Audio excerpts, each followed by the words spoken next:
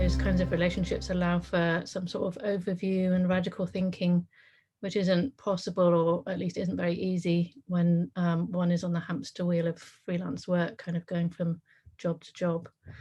And also you both talked about reimagining the systems that are in place. So Rosie talked about how design and designers could be utilized for this. And I guess the propositions that you've come up with for the Ever After project are kind of suggestions of new kinds of systems for making performance.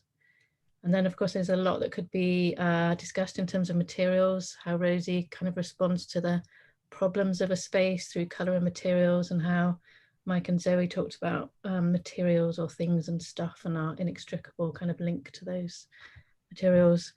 But the question I want to start with is something else. I wanted to ask you to think about control, because when I was talking to Rosie and she was talking about the idea of 15-year-old girls from Peckham coming in to design a show, I got very excited about the idea of asking new and different people into the process.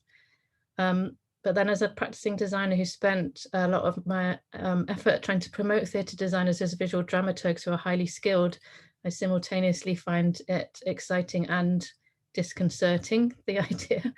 So I'm interested in this tension between control and loosening or opening the process. And that's to do with whether we're talking about who's invited in to make the work, who's invited to witness the work, or how much control there is over what the audience experience, what the audience's agency is in that performance. And I think this applies to both what Rosie talked about in the Ever After project proposals.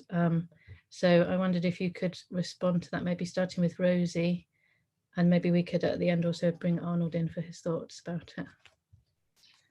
I mean, I think there's something really interesting in the role of designer as a designer of a system and a designer of a structure, which allows other people's subjectivities to kind of expand and grow within inside of that structure. So one of the thoughts that I've been having recently is, what would it mean to design a kind of structure for a season of work or a body of work or a kind of system, but allow the kind of content of that work to be much more kind of like porous, or much more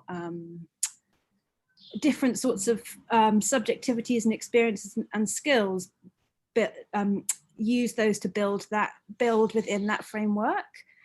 And I suppose that's like quite interesting in terms of control. But I think that there's a real kind of power in kind of parameters and offers that it can sometimes be utilized in a way that can feel quite reductive in the current system, but has, I think, quite an expansive possibility in terms of like how you kind of create spaces for collaboration, or spaces for response, or spaces for kind of like, you know, intergenerational, cross-disciplinary making. And definitely with prayer and with other projects I'm doing, it's much more about kind of designing a system, or designing an environment, rather than designing like a really specific set, if that makes sense. Yeah. Great, thank you. And anyone from the Ever After project? I might just leap in. I think those are really interesting points that Rosie's raised there, and I think there's analogies certainly with the way in which kind of more progressive architectural practices are seeing themselves as the answer may not be a building, and in the same way the answer might not be a show, but it might be a process, it might be a system, a way of facilitating interactions and sharing knowledge. Because I think that's a really important kind of aspect of what Rosie's been touching on. I think in terms of Ever After, and obviously I've got three other colleagues here who may have other things to feed in, we were certainly thinking about the way in which operational and aesthetic procedures might themselves be brought together, to think of those as one system, rather than thinking them as separate systems that exist within a company structure.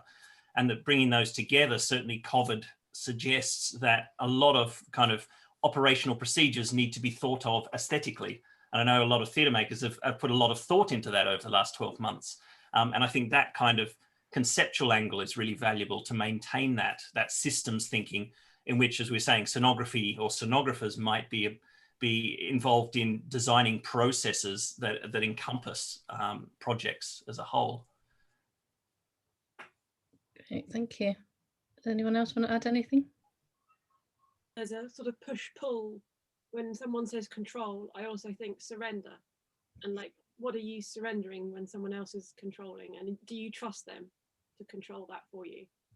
And we spent a moment in our conversations talking about the belongings you turn up at a show with, that you're willing or not willing to surrender, be it to a kind of a formal cloakroom or not, or what do we each now carry with us that we won't surrender now because we've learned we need that sanitizer, or maybe we don't, but those sorts of where you'll trust and where you'll surrender, and who has responsibility, and who are you prepared to allow to have control.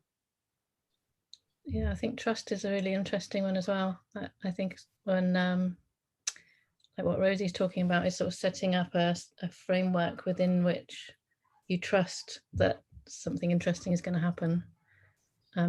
Yeah. Okay, I'm going to hand over to anyone else who wants to speak. Hi, Mike Brooks. Welcome. I know. I was just thinking about that. I was thinking about the structures thing and also the trust thing. I was thinking about because I guess one of the things that many of us often try to do with the work is to think exactly about those sort of structures where you're thinking about the design in a way that it offers but allows a certain sort of situation. So although the thing might be quite personally authored in that the things that you're balancing together, what you're trying to do is create a sort of social situation where then it becomes very explicit that we're going to take it wherever we take it as a group of people in a particular moment. So I think it's interesting to think about structures in that sort of a way sometimes, where you're trying to balance things together in a way where certain things might become possible, but not necessarily in a prescriptive way. It's as much an offer as a proposition. And I think that's, I think that was sort of inherent in many of the things that we were talking about as we were sort of to think those things through. Yeah, I think that offer is a really nice word as well to bring into it, definitely. Okay, Adrian, would you like to ask anything? Yeah, that's a really nice linkage to what I would like to open up for discussion, really, which is a question framed by the Ever After project, but also by Rosie, I think, quite explicitly, which is the question of relations and relationality. For me, I think, Rosie was suggesting that we need to get beyond thinking just about the politics of, if you like, the particular representations that we construct. The politics, if you like, of the regime of representation within which we're situated, both in terms of a decolonial and a capitalist and argumentally a sort of techno-environmental context. And to put the emphasis more upon structures and systems of representation, which is what we've just been talking about, the kind of modes of production and the techniques and operations of those production. I wanted just to open that out though, and also to think about what kind of exchanges are put into play within these structures, what kind of networks of relations are established and created. And I wanted just to dwell there a little bit on the Ever After project and this question of the audience being the problem, and the audience being not only the problem that is the very material problem of a post-pandemic theatre, but also the problem of being the nodal points in those networks of relation. And I was thinking about exchange really as being maybe a model or a ground for thinking about some of these practices, and in exchange as being the ground of the relation with the audience, the exchange of breath, the exchange of voice, the exchange of sound, the touching of the ear of the other through those vocal as well as visual practices, so that kind of sensate ground of performance. And I guess I was partly moved to that by thinking about Mike's extraordinary performance of the text that he was delivering, which was so dependent upon breath and so dependent upon the viscerality and the materiality of the body. And so I wanted to sort of just open that up really, and to think with the panelists about how those questions of vitality, vibrancy, agency are really rotating around that question of exchange for them, and whether the models of practice that they're opening up are actually opening up new models of exchange as well that might question and transform that colonial capitalist anthropocentric logic which Rosie set out at the beginning.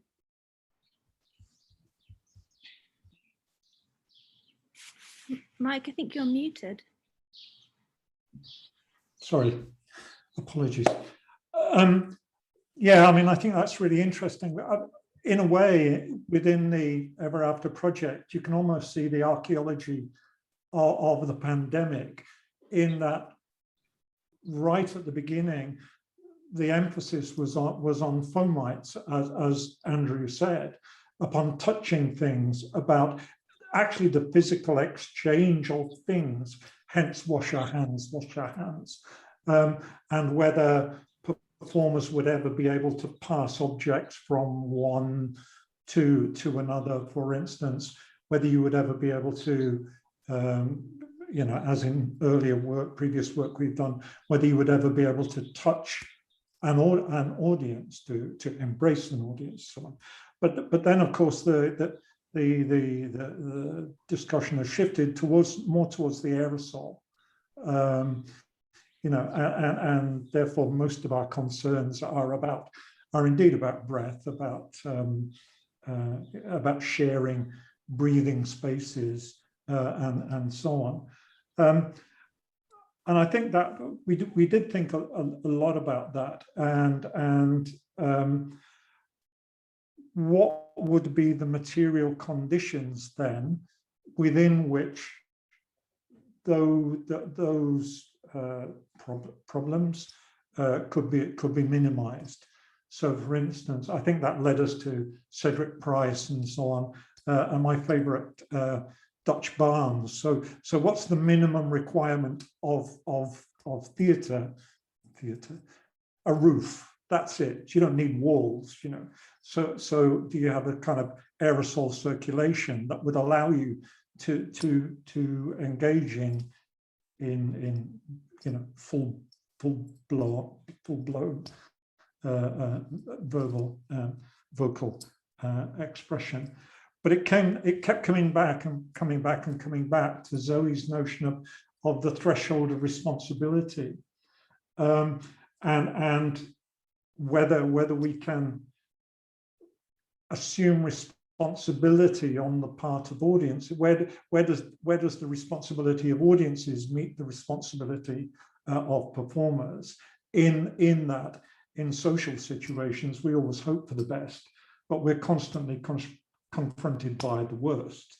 You know, when people don't wear masks, when people huddle together, and so on and so on. So within a structure of performance, how could you balance that mutual responsibility really between performers and audience? Sorry, that was rambling. It's getting very hot now. That's great. That's great. No, thanks very much, Mike. I wonder whether I might sort of extend that out to Mike Brooks, because some of the images in the film were of your recent project with Rosa Casado, and that's the one piece of the film that I'm not familiar with in terms of having had a live encounter with those performances. And I wondered whether there was something about this notion of exchange, and I'm tempted to say part exchange as a pun of thinking about the car as model and mechanism, but something about the logic of identifying the parts, or logic of identifying the components, or the micro elements of composing performance, which is running through these questions as well.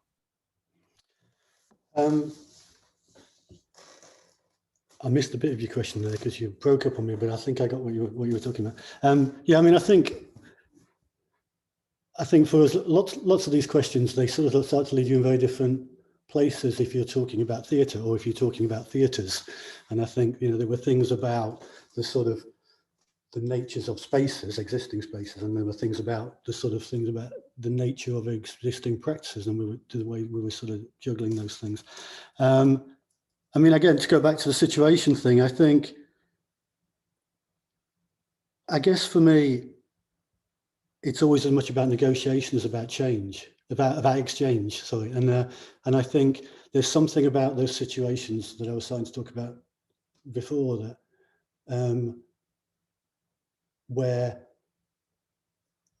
yes, the particular conventions of the social aspirations or the context, they're all very apparent. But I think one of the things that we were thinking about a lot was about how we might self-organize in those situations. You know, how we often make, I mean, you know, lots of the work, many of those works have been made precisely to, although they're operating very much within the conventions of a theatre space or the conventions of theatre,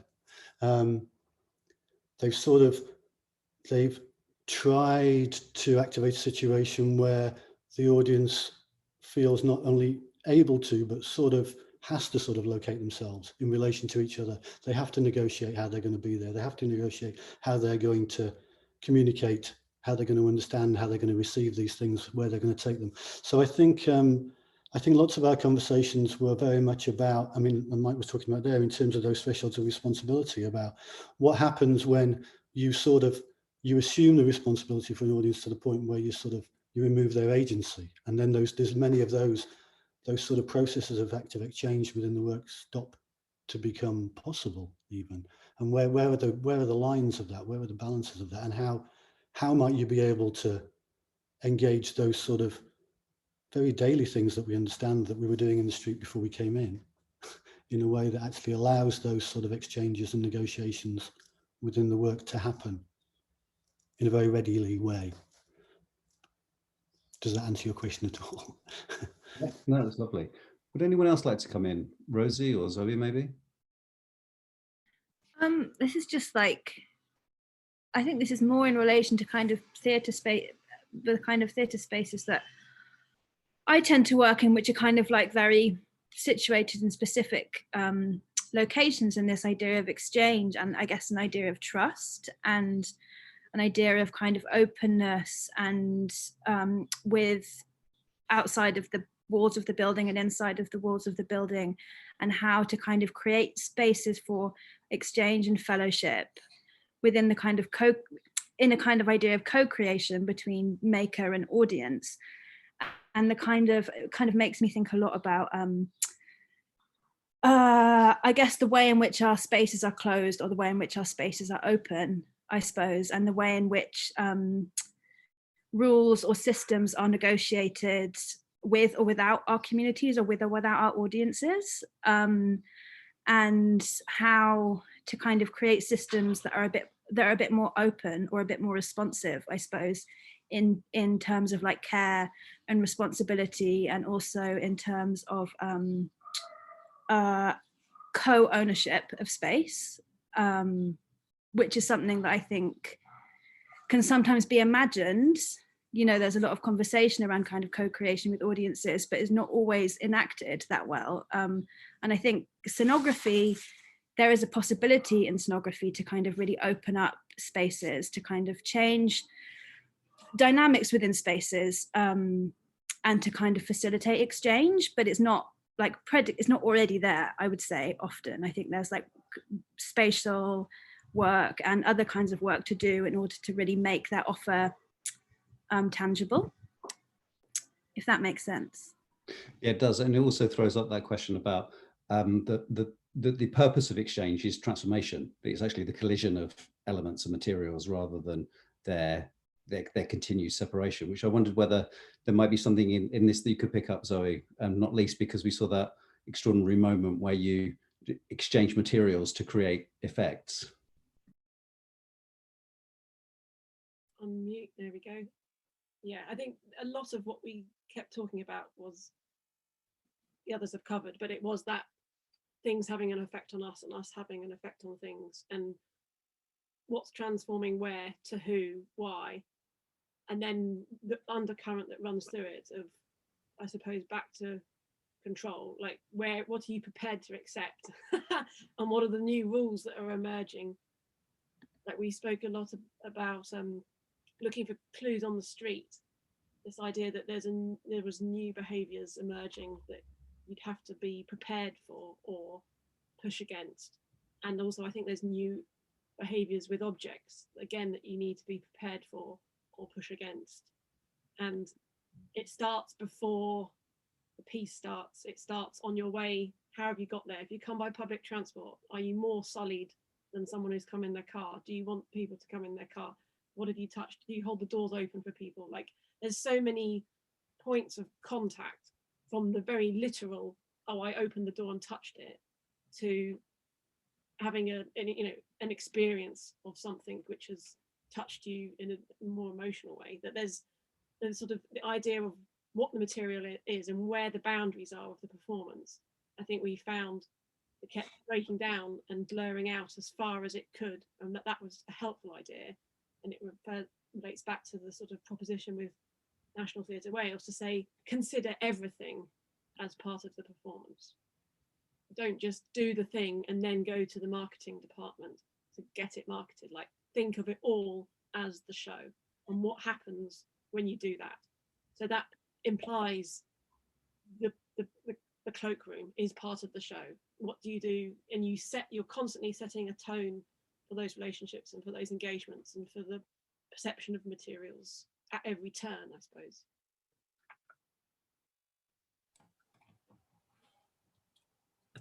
I think just a really lovely example of work. I mean, I was just struck, as we were having our conversations with Ever After, we were scanning across Twitter and Facebook and looking at email lists and seeing what was happening out there. And I think Slunglow up in Leeds, the example of the way in which they were opening out to the community in a sense, and going, one, there was the fact that they were the community hub for food distribution.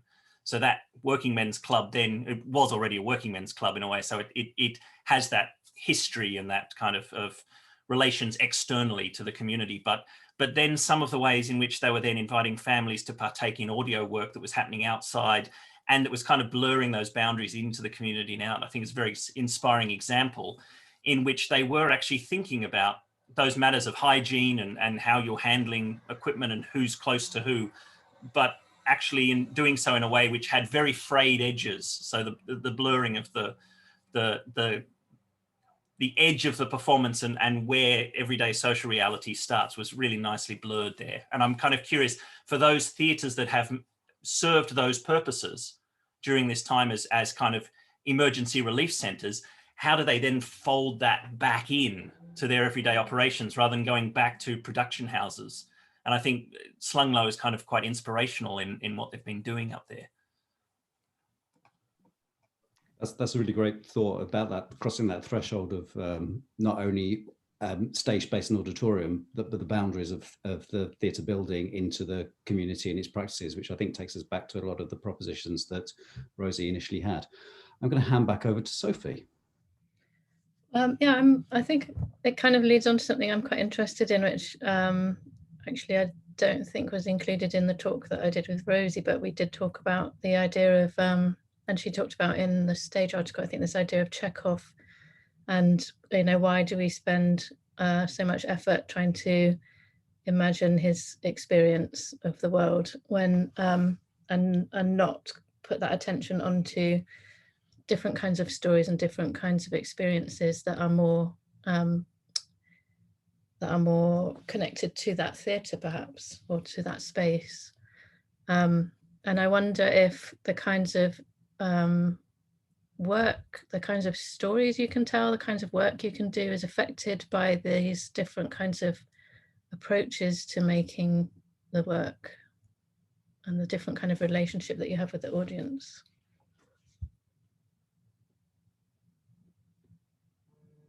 Anyone? Well, I think, I mean, the thing about National Theatre Wales, as Andrew said, it's not building based, but it has a commitment to distribute work of different scales in different kinds of community. And I think through that, it has a certain kind of flexibility to think about appropriate relationships. What work is going to function in particular ways in relation to a particular community. And so it doesn't have that problem of being a kind of mid-19th century national theatre representing everything the nation has been or is or does in one location, or even a national theatre from the early 60s. You know, and so it's a production company that works with artists, and it's kind of Janus-like. It looks both ways.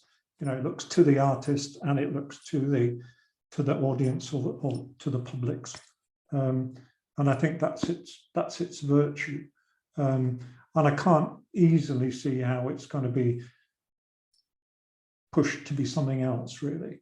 I think that's its kind of natural form.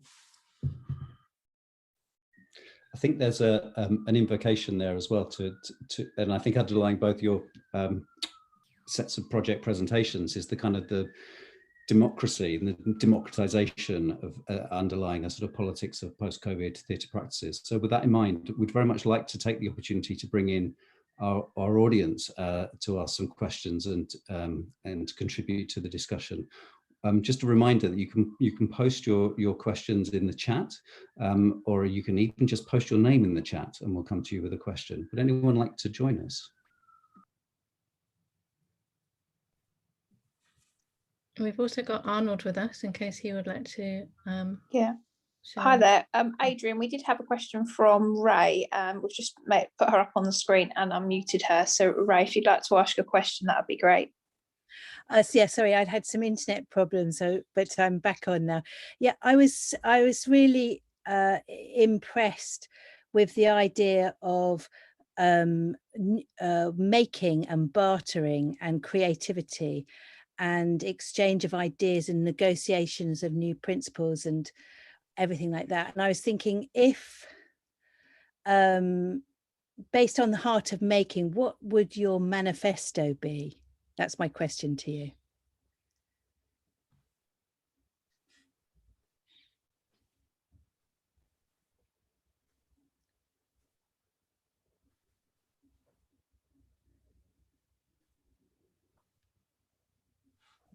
I think, Rosie, you've been involved in a manifesto for the Gate Theatre. Yes. Yeah, I have, but it feels like that's kind of a hard thing in a way, a manifesto. It feels like kind of a hard thing, and it was definitely about the manifesto that we wrote, which we kind of wrote around the project of prayer, to be honest, has been something to kind of like constantly revisit and reevaluate and kind of change, but the kind of purpose of it, I suppose, was to hold ourselves accountable to some principles and like share those with the public. But in terms of like right now kind of imagining a manifesto point, that feels quite challenging, I would say, except for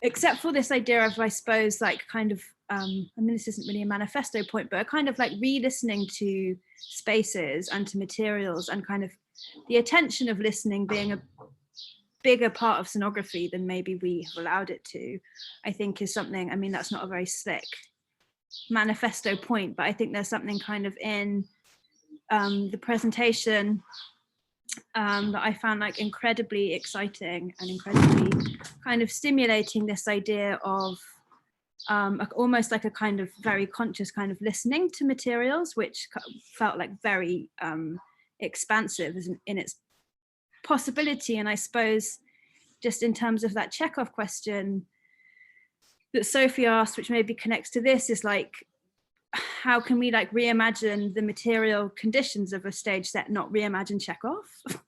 I don't know, there's something about the attention which is given to the reimagining of Chekhov's words, which I think is maybe given too much attention. Yeah.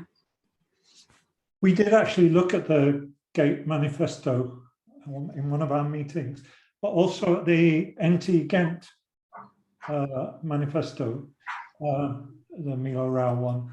And I think it's closer to dogma, I think, in that it sees a series of kind of restrictions or prescriptions of work. You know, the work will always include 2 amateur performers. The work will always be in 2 languages. It will be toured to 3 countries, and what have you.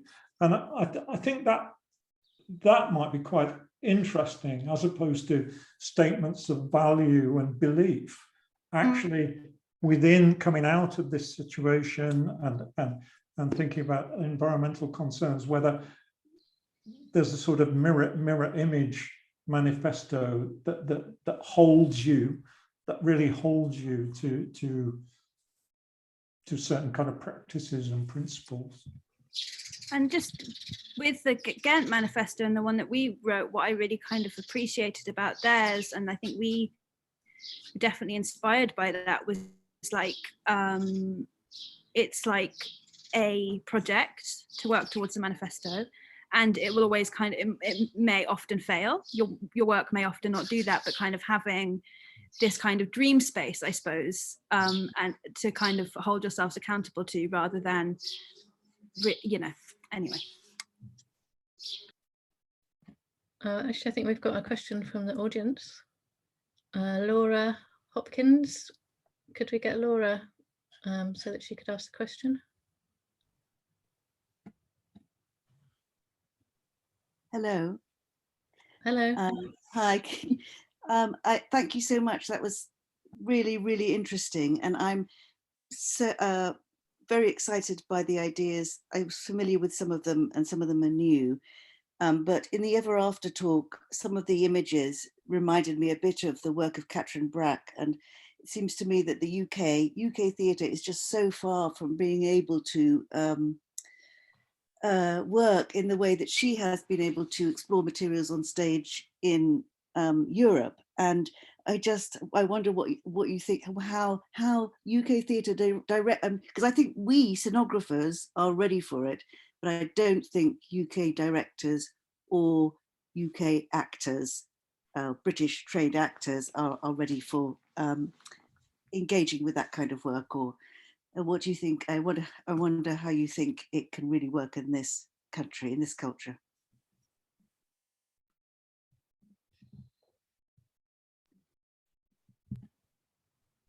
Anyone? Mike?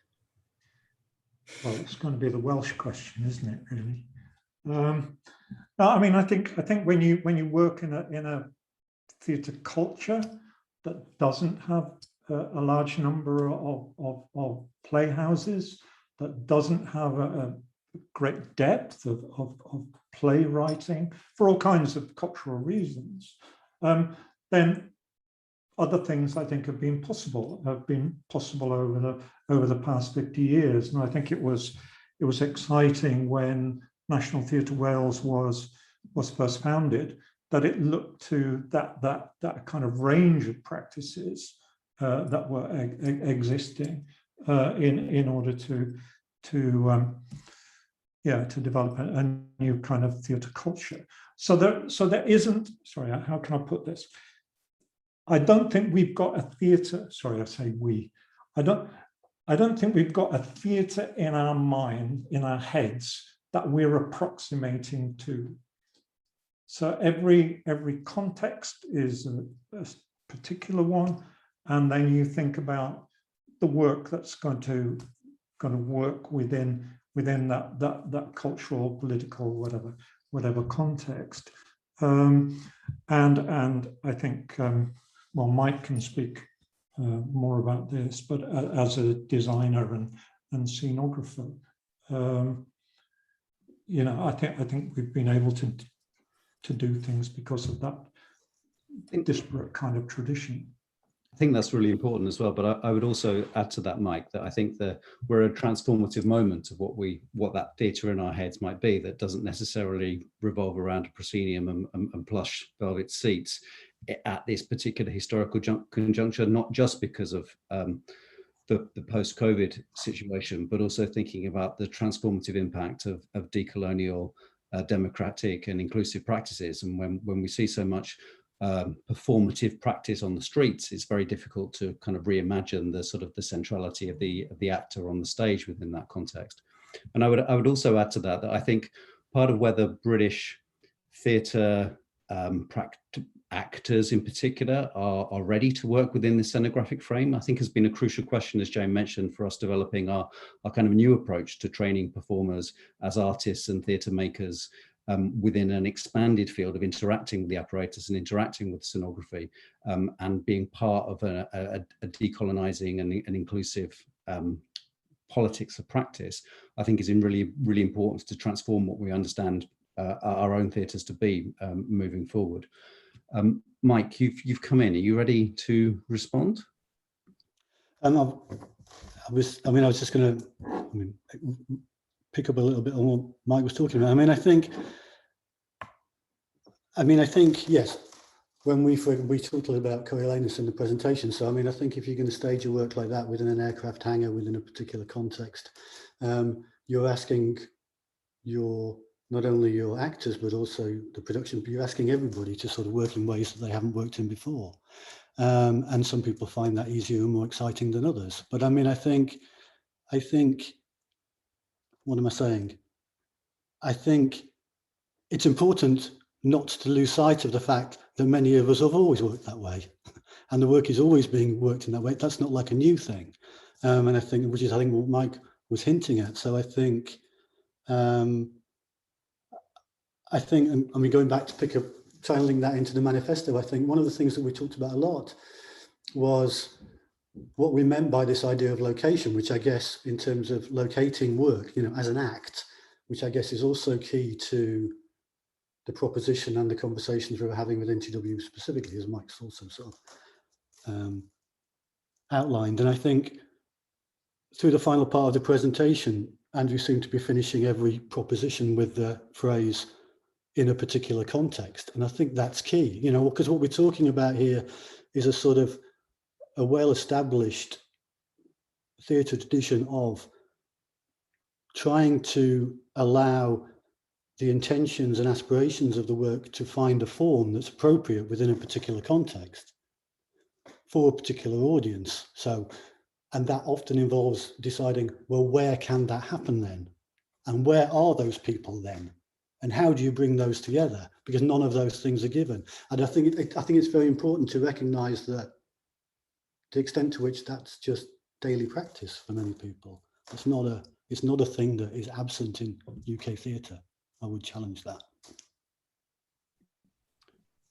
Okay, thank you very much. We're on time to bring this session to a conclusion. Thank you very much to the panelists and my co-chair. And we're going to hand back over to Jane. Sorry, my video didn't seem to want to come on. Thank you all for a really rich discussion. There's so much to take away and to think about. Arnold, we said we'd like to bring you back in for a few final thoughts, having started the day talking about space and will we recognise the theatre when we go back to it, and we've gone a long journey now, and it seems we will, but it is going to be different, and because we'll be different as well. Just some final thoughts from you before we finish the day would be great. Just trying to sum up the last 5 hours in 2 minutes. First of all, I've found the day fascinating. All of the discussions have been quite wonderful and stimulating, with a great deal of food for thought. I wanted to start with I think we need to stop for a second and realize what we've been doing. I was thinking back to when I was a child and immersed in comic books and television and film, all this futuristic stuff. And when we got to be adults, we were very disappointed that the future didn't include personal jetpacks, that somehow the future had failed us. But here we are. How much more futuristic can we get? We're from different parts of the world, talking to each other, And for the most part, we're totally comfortable with this. We can communicate through screens without necessarily knowing how the hell it works. But somehow, this is the world that we live in now. So I think we just need to contemplate that for a second, but also to realize that this experience that we are now using on an almost daily basis, as exasperating as Zoom can be, but it is a way of communicating, and it is changing the way in which we perceive the world. It is changing the way in which we think. And however the theater and other performance styles change, it's going to be influenced by this in some way. Whatever we create going forward will have the sort of the DNA of this digital communication built into it in one way or another. Within this, the note at the bottom of the screen, it tells us how many participants are here, and it's ranged between 70 and 90 something during the course of the day. They're invisible. We have no idea who they are. Well, we know who some of them are, but we don't see them. We're taking it on faith that they're out there, that they are listening to us, that somehow that is who we are talking to, which is another part of this digital world that we're in. I was also thinking about the way in which the past lingers with us. I think every one of us has referred to the pre-recorded segments of today as film. It's not film, but somehow that is stuck with us. So what does film mean? And to a younger generation, to the next generation, does film mean anything?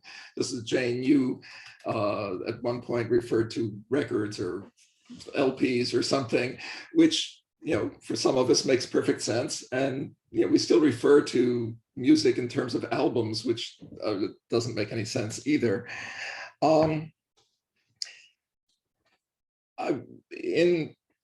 one of the things, I think early on, one of the comments in the morning, I think it was Peter Farley who raised a comment in the chat about the effect of film in the early 20th century and how that, what the repercussion was in theater.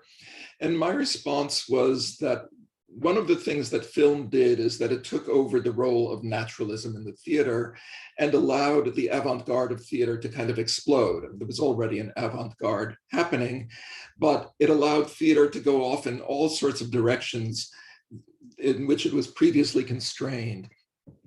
And so I wonder if now, as digital performance of one sort or another is emerging, will that allow theater to sort of regroup and move off in a different direction, not being constrained by having to communicate from a stage to a sitting audience or whatever? And I think a lot of what the Ever After project has been doing is exactly that, examining what are the fundamental elements of theater, and how do we reconfigure that or rethink that for our current age, in which the digital has subsumed part of the role of theater over much of the past century, perhaps. And within that, I mean, the whole day has been talking about the relationship of the spectator and the performer, the stage and the auditorium. And at least in my construction, it is dealing with a negotiation of all of those elements with space. And I found it interesting that the group with the Ever After project was often talking about exchange. And so I think there is an idea, what I was calling negotiation might be a kind of exchange, but now just not simply an exchange of space, but an exchange of things within that space, and space now extending to wherever the digital realm takes us. Maybe just as a final thought, I think early on this morning, we got a little bit into a thing of virtual reality and actuality or something. And there seemed to be an idea that I think some people have of, okay, theater or whatever is old fashioned. This new technology is going to take us somewhere else, but it's not an either or proposition. They are talking to each other, they are feeding into each other, often unconsciously. Just as I said, the theater is going to absorb some of this, just as the digital somehow absorbs what was previously there. So I think we shouldn't be thinking of it as either or, but rather an evolution that comes from exchange or negotiation. So those are some random thoughts that maybe will take us off into the evening, or for me, the afternoon. Thank you very much, Arnold. It's 5 o'clock. We could go on, I'm sure, but we probably should finish. It has been a long day. I'd just like to thank everybody, all the presenters, for the work that they put into their presentations. I won't call them films, Arnold, I promise, ever again. For the thought that's gone into that, the care that's gone into that. I think that this is an extraordinary moment for us all, and it's been so important and exciting for us to gather together like this, and to gather with people coming from all over the world. We do know that. I have to do some thanks, as well as thanking the presenters. I must thank Kelly particularly, and Marie, who've been working behind the scenes. This is our first ever Zoom event, so we've been learning on the hoof, and Marie and Kelly have put so much time and care into making this work. So I want to say a big thank you to them. I'd also like to thank our participants, the attendees who've been watching and stuck with us all day. I think people have come and gone, but I think people have stuck with us. And let's hope we can all meet again, actually, as Taya would say, at your performances, Mike and Mike, in the various spaces, including Rosie's spaces that she's working in the near future. In the meantime, I would just say to everybody, stay safe, stay well, and a big thank you once more to you all. Okay. We will close now. Bye-bye.